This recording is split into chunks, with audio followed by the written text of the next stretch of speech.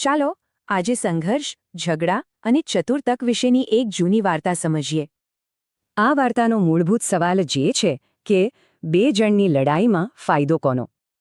વાર્તાની શરૂઆત થાય છે એક ગાઢ, ગીચ જંગલથી. એક દીપડો હતો, ભૂખ્યો અને થાકેલો, અને એનો શિકાર નિષ્ફળ જઈ રહ્યો હતો.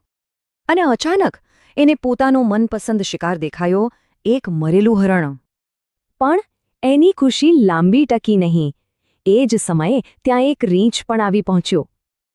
દીપડાએ તરત જ કહ્યું, "આ મારું છે, મેં પહેલાં જોયું, જા અહીંથી." પણ રીંછ ક્યાં માને એવું હતું? એણે કહ્યું, "ના, મેં પહેલાં જોયું, તું જા." બસ અહીંથી જ શરૂ થઈ એક ભયંકર લડાઈ. શિકાર માટે બંને એકબીજા પર જીવલેણ હુમલા કરવા લાગ્યા. લડતા લડતા બંને એટલા ઘાયલ થયા કે લોહીલુહાણ થઈ ગયા. છેવટે લડવાની બધી જ તાકાત ખતમ થઈ ગઈ અને બંને ત્યાં જ ઢળી પડ્યા. તો હવે પરિસ્થિતિ શું હતી? બંને હારી ગયા હતા અને શિકાર વચ્ચે પડ્યો હતો. પણ ખરી વાર્તા તો હવે શરૂ થાય છે. એક ત્રીજા પાત્રની એન્ટ્રી થાય છે. શિયાળે આખો ખેલ જોયો. એ તરત જ સમજી ગયું કે શું કરવું. તેનો પ્લાન એકદમ સિમ્પલ હતો. આ બંને લડે છે, ફાયદો મારો છે.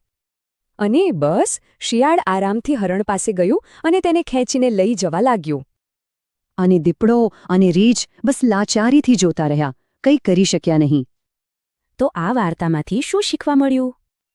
આ એ જ વાત છે જે આપણે હંમેશા સાંભળીએ છીએ, બેની લડાઈમાં ત્રીજો ફાવે.